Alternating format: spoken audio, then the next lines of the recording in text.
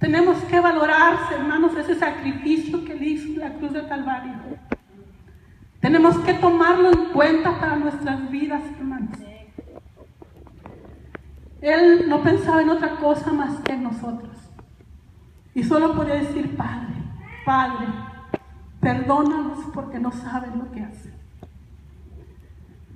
Aleluya. Él nunca dejó de tener comunión con su Padre. ¿Verdad? Él nunca perdió la comunión con el Padre porque Él sabía que Él tenía que recurrir a Él, que Él tenía que tomarse de Él, hermanos, porque Él era Dios, sí, pero también Él era hombre cuando Él andaba aquí en la tierra. Él sufría lo que nosotros estábamos sufriendo. Por eso Él tenía que recurrir a su Padre, ¿verdad? Y por eso Él lo clamaba. Y eso es lo que tenemos que aprender de Él, hermanos. Eso es lo que tenemos que aprender de Jesús, que Él siempre clamaba al Padre cuando estaba en esa necesidad. Así nosotros, hermanos, cuando estamos en esas dificultades, en esos problemas, cuando estamos afligidos, enfermos, desanimados, recurramos a Él, hermano. Busquémoslo a Él, porque Él está ahí con los brazos abiertos, esperando que busquemos su presencia, que nos arrodillemos ante Él y le pidamos esa ayuda que necesitamos. Porque Él desde el momento en que Él vino a dar su vida, Él empezó su intercesión por nosotros. Él estaba intercediendo ya por nosotros. Él estaba ya justificándonos, hermanos. Justificándonos a nosotros. Por eso Él le clamaba al Señor y le decía: Padre, perdónalos porque no saben lo que hacen. También nos enseñó a perdonar, hermanos. El Señor nos enseñó a perdonar. Y nosotros tenemos que perdonar. No es una opción. Tenemos que perdonar, hermanos. Es un requisito para llegar al cielo, perdonar. Y el Señor vino a enseñarnos a eso, a perdonar. Aleluya. ¿Y qué hay que no podamos perdonar? Yo creo que todo se puede perdonar en esta vida, ¿verdad? Podemos perdonar ofensas, críticas, rechazos, hermanos, humillaciones. Todo eso tenemos que perdonar porque Cristo lo hizo. Cristo lo hizo y nos enseñó, ¿verdad? Él nos enseñó a perdonar. Aún en esa cruz, Él estaba dándonos ese ejemplo de perdonarnos unos a otros. Por eso en Marcos 11, 25, 26 dice: cuando estéis orando, perdonad. Hermano, no hay mejor lugar que decidir perdonar que cuando estamos en oración. ¿Verdad? Hincados de rodillas, hermanos, tenemos que acordarnos del que nos ofendió y perdonarlo, ¿verdad? De tomar esa decisión de perdonarlo, porque es cuando Dios nos va a dar el poder, nos va a dar la fuerza de perdonarlo, ¿verdad? Cuando estemos en oración, ¿verdad? Por eso Él dice: cuando estéis en oración, perdonad. Si tenéis algo contra alguno, para que también vuestro Padre que está en los cielos os perdone a vosotros vuestras ofensas. Porque si vosotros no perdonáis, tampoco vuestro Padre que está en los cielos os perdonará a vosotros. Hermanos, es algo indispensable en medio de nosotros como cristianos, como hijos de Jesús, perdonar toda ofensa, hermanos. Matrimonios, perdonaos unos a otros. Hermanos, necesitamos saber perdonar, y nuestro ejemplo es Cristo. No hay forma de excusarnos, hermanos. Si Cristo sufrió humillaciones y perdonó, ¿quiénes somos nosotros para no perdonar? Nosotros tenemos que perdonar cualquier ofensa, hermanos, cualquiera. No es, pues que no sabe lo que me hizo. No, cualquier ofensa es necesario perdonar. para poder entrar al cielo con el Señor, hermanos. No hay otra opción. En Colosenses 3:13 dice: soportaos los unos a los otros, perdonándoos unos a otros, si alguno tiene queja contra otro, de la manera que Cristo nos perdonó, así también hacerlo vosotros. Hermanos, Cristo es nuestro ejemplo. Por eso es que nosotros también podremos decir: Padre, perdónalos, porque no saben lo que hacen, y ayúdanos a perdonar. Que el Señor los bendiga, hermanos.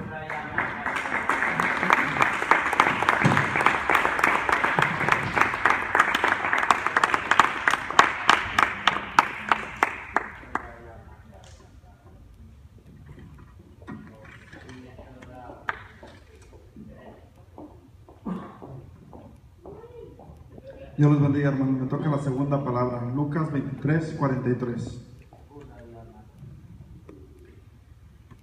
Entonces Jesús dijo: de cierto te digo, que hoy estarás conmigo en el paraíso. Qué hermosas palabras le está diciendo el Señor Jesús a este ladrón, a este malhechor que está crucificado junto con él. Recordemos, hermanos, que cuando Jesús le dijo estas palabras a este malhechor, venía dolido, venía lastimado, su gloria había menguado en el Getsemaní, y ante Caifás, y ante Herodes, y ante Pilatos. Recordemos que Él pasó por cada uno de ellos y fue cruelmente, lo estuvieron dando latigazos, lo estuvieron escupiendo, lo estuvieron haciendo sentir poca cosa. Pero Dios estaba aquí por un propósito. Dios vino a salvar a cada uno de nosotros. A Él no le importaba. Él estaba siendo fiel y estaba siendo obediente al Padre. Pero ahora había alcanzado el punto más bajo, ¿sí? Había alcanzado el punto más bajo, estando desnudo de su túnica y clavado en la cruz. La atrevida multitud burlándose de Él, y aún así el Señor Jesús no le importaba su dolor. Aún así Él tenía compasión de los demás. ¿Sí? Él estando en la cruz, hermanos, Él estando ahí crucificado, Él todavía se preocupaba por cada uno de sus hijos. Como acaba de decir la hermana en la primera palabra: Padre, perdónalos porque no saben lo que hacen. Él estando ahí en esa cruz, teniendo compasión por cada uno de nosotros. Él nos ama tanto, hermanos, Él nos quiere demasiado, que no le importa el dolor, que no le importa el sufrimiento que Él estaba pasando. Dice: porque Él vino a salvar, no a condenar. Si un salvador agonizante salva al ladrón, mi argumento es que Él puede hacerlo aún más ahora que vive y reina. Amén. Ahora que Él está vivo, Él puede hacer grandes cosas por cada uno de nosotros, hermanos. Él nos sigue amando, Él nos sigue amando. Ahora vamos a hablar de la fe de este ladrón. Dice: qué fe tan hermosa la de este ladrón, al mirar que el Señor Jesús estaba crucificado y estaba siendo ridiculizado ante la gran multitud del pueblo, y el ladrón tuvo fe y creyó en el Señor. Sí, este ladrón sí creyó. Recordemos que había otro ladrón junto a él. En el versículo 39 dice: y uno de los malhechores que estaban colgados le injuriaba diciendo: si tú eres el Cristo, sálvate a ti mismo y a nosotros. Sí, este ladrón no creía, estaba burlándose aún de él. ¿Cuántos de nosotros hemos pasado por penurias, por dolores, hermanos, y empezamos a menguar, empezamos a que nuestra fe vaya decayendo? Pero este ladrón que estaba a un lado de él creía, él tenía fe. Él creía, dice su palabra, que qué dichoso aquel que de oídas ha oído y ha creído. Este ladrón tenía demasiada fe para el Señor. Nosotros muchas veces viene el dolor, viene la necesidad o viene la melancolía y ya empezamos a dudar de Él. Que nuestra fe no se vea afectada por cualquier trampa que el diablo quiera poner en nuestras vidas, hermanos. Amén. Tengamos fe en el Señor, tengamos fe que Él todo lo puede, que Él nos ama, hermanos. Él nos ama a cada uno de nosotros. Que nuestra fe no esté siempre puesta en nuestra roca, que nuestra fe esté siempre puesta en nuestra roca, que es nuestro Padre Celestial, el Señor de señores y Rey de reyes. Sí, que nuestra fe esté siempre firme. Por más fuerte que venga la tormenta, por más fuerte que venga la tempestad, hermanos, que no nos mueva. Estemos siempre, que tengamos esa fe, esa certeza que el Señor nos va a ayudar, que venga la necesidad económica, que venga el problema, hermanos, tengamos fe que el Señor nos va a ayudar. Aleluya, amén. Hermanos, imagínense a ese ladrón crucificado junto a Jesucristo. Sí, está Jesucristo en medio y el otro ladrón al lado de él, atado de pies y manos. Ningún otro miembro de su cuerpo estaba libre, excepto su lengua. Y la utilizó sabiamente diciendo al Señor Jesús: acuérdate de mí cuando vengas en tu reino.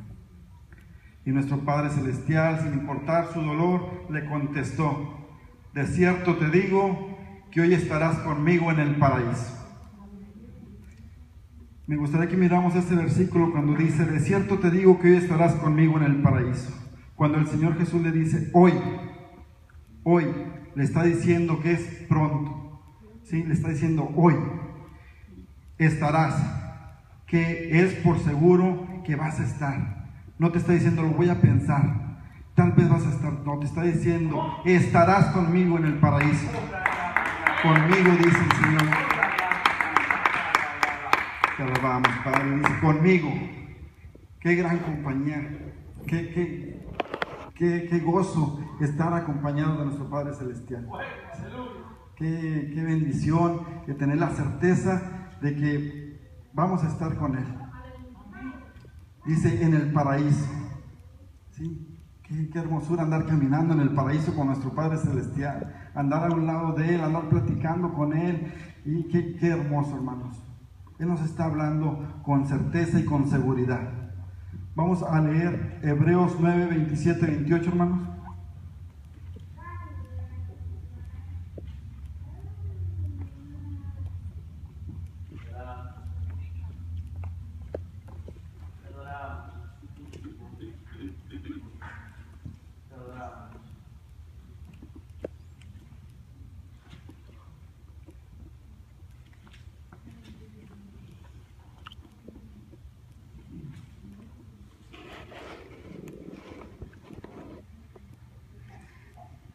Dice, y de la manera que estaba establecido para los hombres que mueran una sola vez y después de esto el juicio. Y más adelante el 28 dice, así también Cristo fue crucificado una sola vez para llevar los pecados de muchos y aparecerá por segunda vez sin relación con el pecado para salvar a los que le esperan. ¿Sí? A lo que le esperamos, a los que vamos a estar ahí, los que tenemos la certeza de que vamos a ser salvos, a los que estamos seguros, a los que tenemos fe. Él va a estar ahí, hermanos, para cada uno de nosotros. Dios estuvo aquí en la tierra, se hizo carne por un propósito. Estuvo aquí y dio su sangre por cada uno de nosotros por un propósito. La palabra del Señor dice que antes que nosotros fuéramos puestos en el vientre de nuestra madre, Él ya nos conocía. Así, hermanos, cada uno de nosotros que estamos aquí, estamos por un propósito. Estamos designados a un propósito que Dios nos ha designado, que nos ha puesto. Les invito que por favor reflexionemos y digamos a nosotros mismos, en verdad estoy haciendo lo que Dios me ha designado, estoy haciendo lo que a Dios le agrada, estoy haciendo lo que Él quiere que yo haga. Bendito es nuestro Padre Celestial. Le vamos a dar el lugar a mi hermano.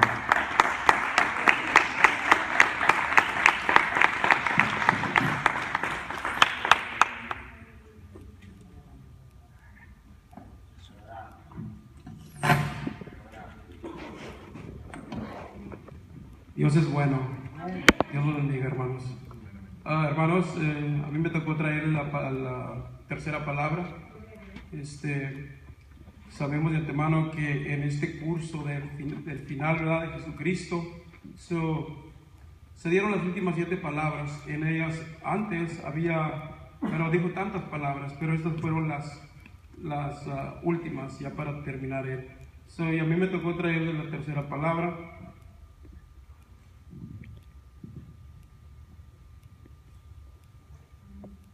¿Cuántos se gozan, hermanos?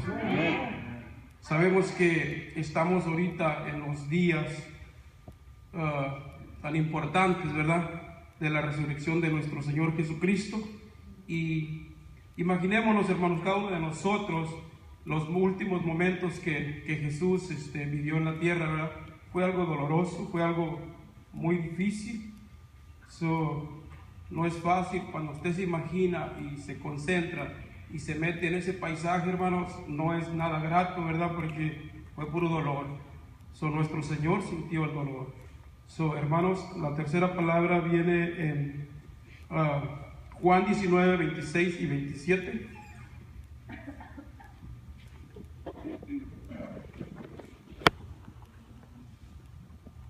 Les voy a dar oportunidad de que lleguen ahí, hermanos.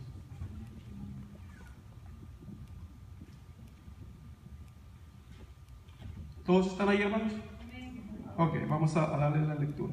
Cuando vio Jesús a su madre y al discípulo a quien él amaba, que estaba presente, dijo a su madre: mujer, he ahí tu hijo. Después dijo a él, discípulo: he ahí tu madre. Y desde aquella hora el discípulo la recibió en su casa. Veamos, hermanos, esta tercera palabra que Jesús nos dejó. Esa tercera palabra, hermanos, es donde Jesús confiaba en ese amigo, en ese discípulo amado, ¿verdad?, que era Juan. Hermanos, Jesús estaba ya a punto de terminar, pero a Jesús le podía su madre, ¿verdad? Al verla sufrir, él pensaba en ella, ¿qué iba a hacer de ella si solo Jesús era el que la acompañaba? Hablaba de otros hermanos, pero no se sabía dónde estaban. Se sabía de uno que estaba en esos momentos casándose. ¿Ustedes creen que ese hombre iba a tener tiempo de pensar en su madre? Ni se acordaba de ella, hermanos. Jesús pensaba en su madre también. Él no pensaba en que iba a terminar. Él pensaba en su madre. ¿A quién la iba a recomendar? ¿Con quién la iba a dejar? ¿Quién iba a cuidar de ella? Entonces, aquí por eso la encomendó al discípulo amado. De esa manera, Jesucristo, hermanos, pudo tener también tranquilidad en su corazón. ¿Por qué? Porque él tenía confianza en ese discípulo. Y por eso por eso le dijo a él: he ahí tu madre. En lo cual quería decir muchas cosas, hermanos.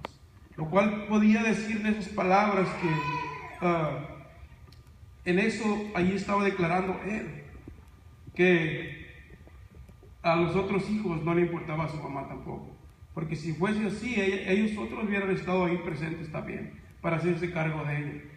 Entonces ahí fue donde Dios nuestro Señor también, Jesucristo también pudo dar a entender eso con esas palabras, porque no tenía él no tenía tranquilidad, sino encomendar a su madre y estar seguro de que ella iba a poder estar protegida por alguien. Amén. ¿Sí?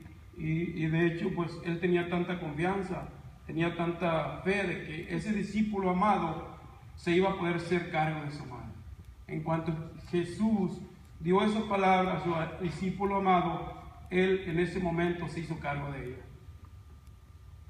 Así mismo como nos habla también, hermanos, en Samuel 22:3, ahí habla David rogando al rey de Moab. ¿Por qué, hermanos? Estaba encargando a sus padres también. Él estaba encargando a sus padres porque él no sabía lo que le esperaba con el Señor. El Señor lo había llamado y él también quiso estar seguro. Él también le dolía a sus padres.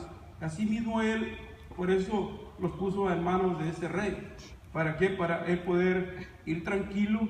Él no sabía realmente lo que le esperaba, pero él también, confiando en ese rey, los puso a sus padres en sus manos. Y asimismo Jesucristo, hermanos, hizo también lo mismo. Amén. Amén. Entonces, pues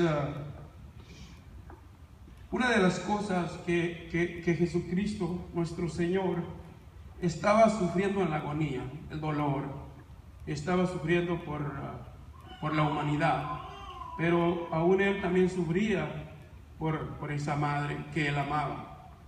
Eso fue tanto el dolor por un lado y por otro, hermanos, pero esto pasa realmente aún todavía en la tierra, hermanos. Hay muchos seres queridos, hay personas que están a punto de la muerte, y estas personas, hermanos, no pueden morir tranquilos, aunque ya se les ha llegado el momento, pero hay algo que los angustia en su corazón. El hijo más pequeño quedará desprotegido. Eso le preocupa a esta persona. Asimismo a Cristo le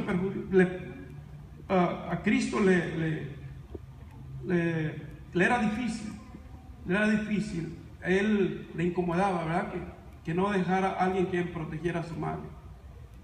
De esa manera, muchas de las ocasiones, cuando ya está uno en esos últimos momentos, siempre tiene que acudir a alguien, porque siempre, hermanos, se deja a alguien algo, ser querido, o ya sea también una herencia.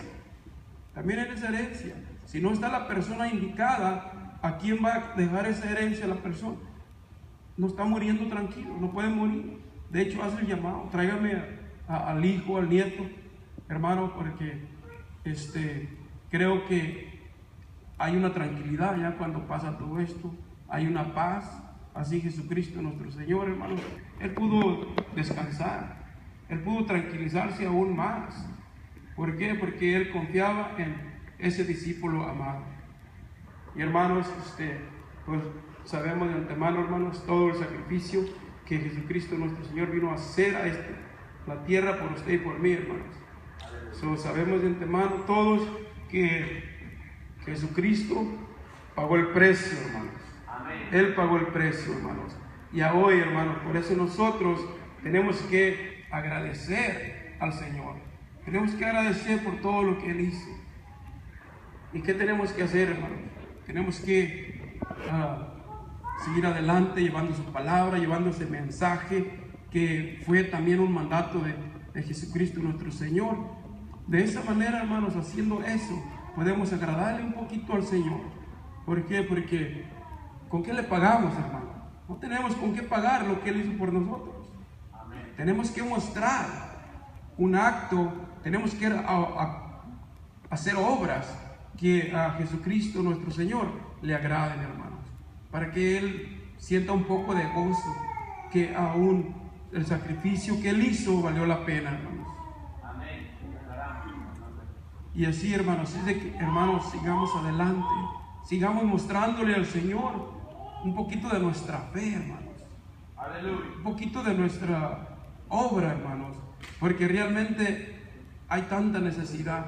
Y Dios nuestro Señor se va a agradar, hermano. ¿Por qué? Mirando más almas salvas a través de usted, hermano. ¿Sí? Esa es una forma, hermanos. Esa es una forma, hermanos, que a Dios le va a agradar completamente. Tenga usted la seguridad de eso, hermanos. ¿Por qué, hermano? Porque si todo su propósito que Él trae, hermanos, de tanto precio que Él pagó, ese era el propósito, hermanos, de ver almas salvas. Así de que de esa manera, hermanos, echémosle ganas y sigamos adelante apoyando la obra para el Señor. Aleluya. Amén, hermanos. Lo dejo con la hermana.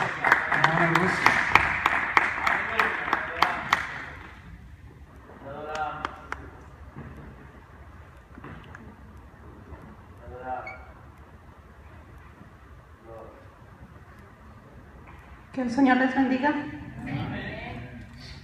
A mí me tocó la cuarta palabra y esa la vamos a encontrar en Mateo 27:46.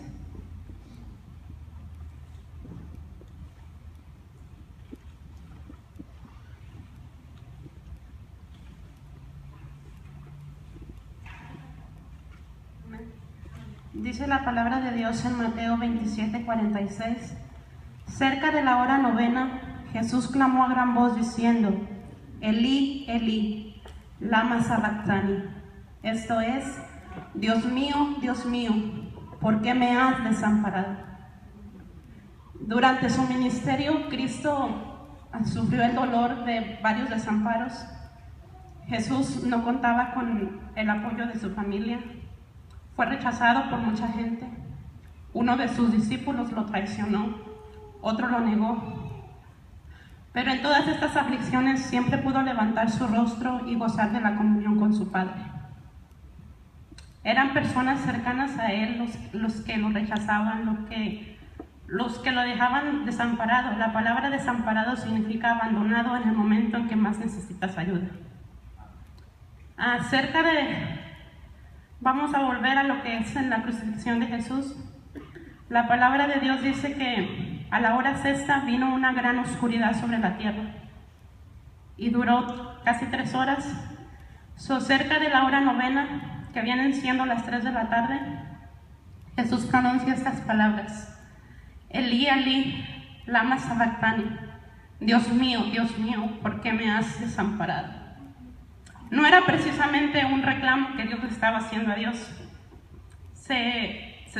Jesús estaba recitando lo que dice el Salmos 22:1, que dice: Dios mío, ¿por qué me has desamparado? ¿Por qué estás tan lejos de mi salvación y las palabras de mi clamor? El clamor que Jesús estaba haciendo expresaba la profunda angustia que Jesús sintió cuando tomó sobre sí los pecados del mundo. No es que Dios lo haya abandonado, sino que Dios no puede estar cerca del pecado. El pecado nos aparta de Dios. Y en ese momento, cuando Jesús se sintió solo, era porque Él estaba tomando todo el pecado de nosotros. Ese pecado que nos ha apartado de Dios, todo ese pecado estaba sobre Jesús, porque Él llevó todos nuestros pecados, los clavó en esa cruz, para que nosotros pudiéramos ser salvos. Dice, Jesús cargó en Él el pecado de todos nosotros. Eso lo dice Isaías 53:6. El Padre no podía estar cerca de donde había tanto pecado. Por eso es que Jesús se sintió solo y desamparado. Nunca debemos olvidar, hermanos, que Jesús estaba haciendo y estaba experimentando tanto dolor por amor a nosotros. En 2 Corintios 5:21 dice: al que no conoció pecado, por nosotros se hizo pecado, para que nosotros fuésemos hechos justicia de Dios en Él. Jesús lo estaba haciendo por nosotros. Jesús no conoció pecado. Él era un hombre puro, era hombre justo, pero por amor a nosotros, Él experimentó todo este sufrimiento. La agonía física que Jesús estaba experimentando fue horrible, pero fue mucho más el periodo de separación espiritual con Dios. Jesús sufrió esta muerte doble, de modo que nosotros no tuviéramos que experimentar la separación eterna de Dios. Quiero leer lo que dice Filipenses 2, 6, 8. Dice: el cual, siendo en forma de Dios, no estimó el ser igual a Dios como cosa a que aferrarse, sino que se despojó a sí mismo, tomando forma de siervo, hecho semejante a los hombres, y estando en la condición de hombre se humilló a sí mismo, haciéndose obediente hasta la muerte y muerte de cruz. Debemos siempre recordar el sacrificio que Dios ha hecho por nosotros, porque Dios no quiere que nadie perezca, sino que todos procedan al arrepentimiento.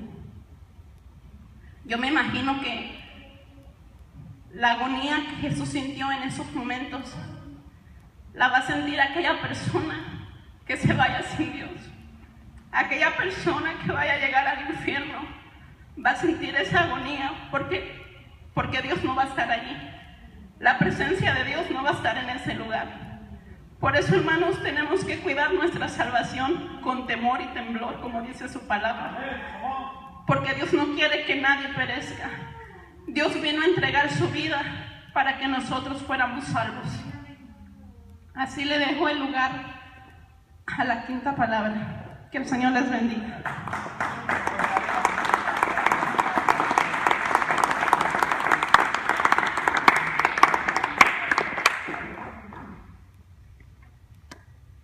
Amen.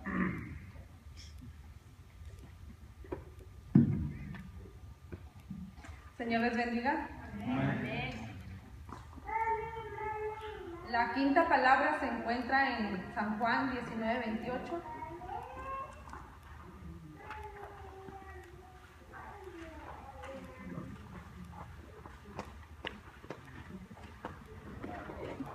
Aleluya. Y dice la palabra: después de esto, sabiendo Jesús que ya todo estaba consumado, dijo, para que la escritura se cumpliese: tengo sed. Jesús pronunció estas palabras, tengo sed, ya cuando estaba colgado en el madero, antes de morir. Vamos a mirar el aspecto físico, espiritual y para que se cumpla la palabra. Amén.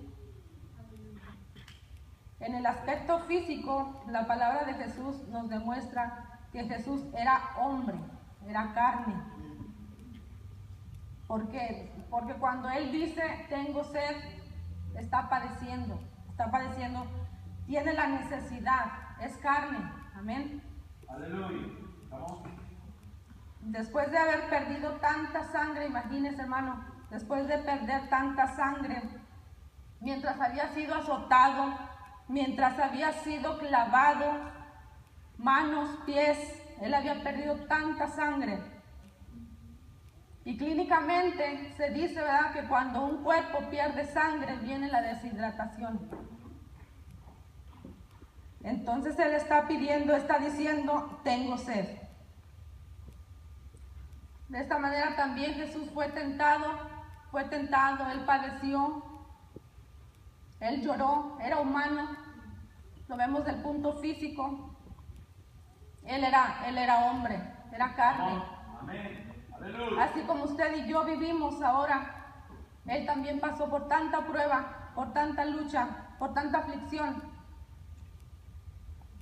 Y si Él lo pasó, ¿por qué nosotros no vamos a poder pasarlo?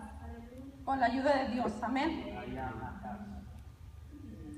Ahora vamos a mirar el punto de donde dice, es para que se cumpla la escritura. Además, para que se cumpla la escritura que fue dicha en Salmos 69:21, donde dice, me pusieron además hiel por comida, y en mi sed me dieron a beber vinagre.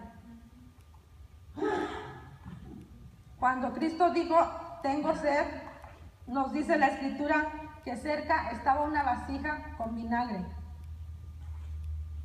la cual uno de los soldados, mojando una esponja, la acercó a los labios del maestro. Esto fue dicho para que se cumpliera también la escritura, porque recordemos que todo lo que está escrito en la palabra se va a cumplir. Todo, hasta un punto, hasta una coma, va a ser cumplida la palabra. Y en el aspecto espiritual, vamos al aspecto espiritual. Los soldados no entendían la sed de Jesús. Los soldados no entendían que también Jesús tenía sed, pero sed de justicia. Aleluya. Sed de que nosotros como cristianos hagamos el bien. Que nosotros como cristianos nos esforcemos por ayudar al prójimo, por hacer el bien al prójimo.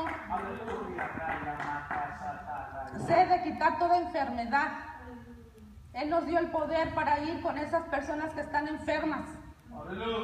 A través de su sacrificio. Él nos dio el poder a nosotros. Quitar toda violencia. Quitar todo pecado de la humanidad. Y a través de su sacrificio, Él nos dio el poder. Gloria a Dios por ese sacrificio. Gloria a Dios porque Él padeció mucho, Él padeció bastante. Y nosotros tenemos que mirar ese sacrificio con amor. Recordándolo con amor. Y siguiendo adelante. Amén. Aleluya. Gloria a Dios, hermanos, gloria a Dios por ese sacrificio, porque Él padeció tanto por nosotros, para que nosotros podamos para que nosotros podamos tener la redención, para que nosotros podamos ser redimidos. Amén. Gloria a Dios por este gran sacrificio. Amén. Aleluya.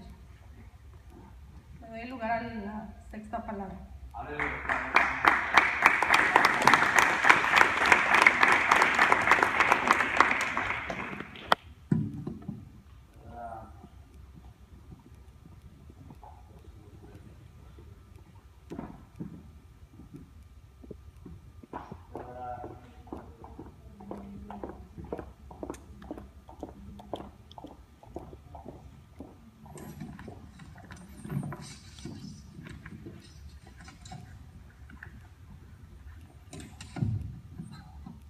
Dios los bendiga, hermanos.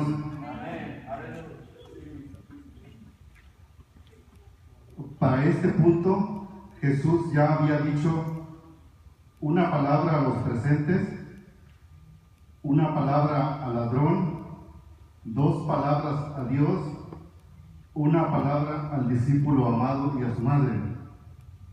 Pero esta, la sexta palabra, fue dicha a toda la humanidad. Y por qué no decirlo, de adueñarnos de ella, fue dicha para su iglesia. Amén. La sexta palabra está en Juan 19:30. Obvio, todas están relacionadas, hablan de los últimos momentos de Jesús, y esta está estrictamente relacionada a la palabra número 5. Juan 19:30. Juan 19:30 dice: cuando Jesús hubo tomado el vinagre, dijo: consumado es, y habiendo inclinado la cabeza, entregó el Espíritu. La palabra griega que se utilizó en consumado es el verbo tetelestai. Algunas personas lo traducen en español solo como telestai, le quitan la primera sílaba. Esta palabra se utiliza 3 veces en el Nuevo Testamento. 2 de ellas están en Juan 19, una en el verso 28, acabamos de escucharla. Después de esto, sabiendo Jesús que ya todo estaba consumado, dijo para que la escritura se cumpliese: tengo sed. Y la segunda en el versículo 30 que acabo de leer. Esta palabra tenía 3 usos más frecuentes. Una, el que la gran mayoría conocemos, que quiere decir está terminado, está consumado. Esto era lo que un empleado le decía a su patrón al terminar la tarea. Le decía: tetelestai, el trabajo que me diste está terminado.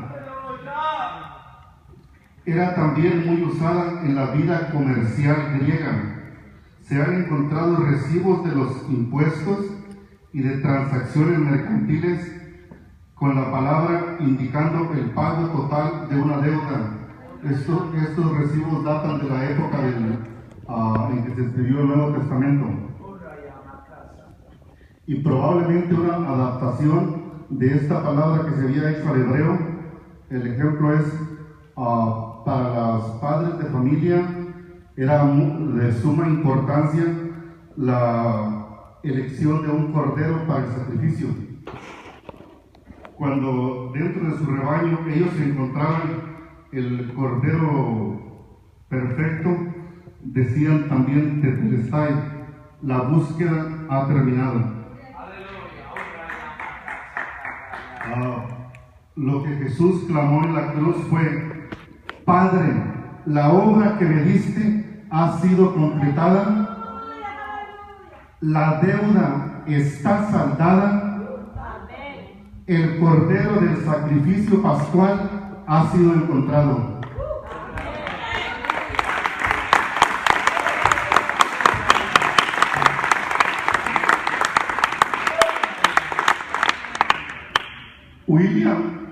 William Henry Harrison, el 9º presidente de los Estados Unidos, dio el discurso inaugural más largo que se haya registrado, más de 9,000 palabras.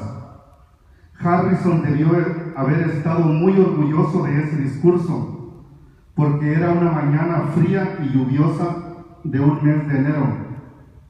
Se rehusó a ponerse el abrigo o a resumir su mensaje. Después de permanecer en estas terribles condiciones por más de 2 horas, contrajo pulmonía y murió antes de un mes. A alguien se le ocurrió decir: ningún presidente nunca ha dicho más ni ha hecho menos. Contrario a Mr. Harrison, Jesús estuvo en peores condiciones, colgó de la cruz en un cerro llamado Calvario. Sus declaraciones fueron muy pocas. Hoy solo nos referiremos a 7. Estas breves palabras, siendo pocas y cortas, afectaron toda la eternidad. Podríamos decir: ningún hombre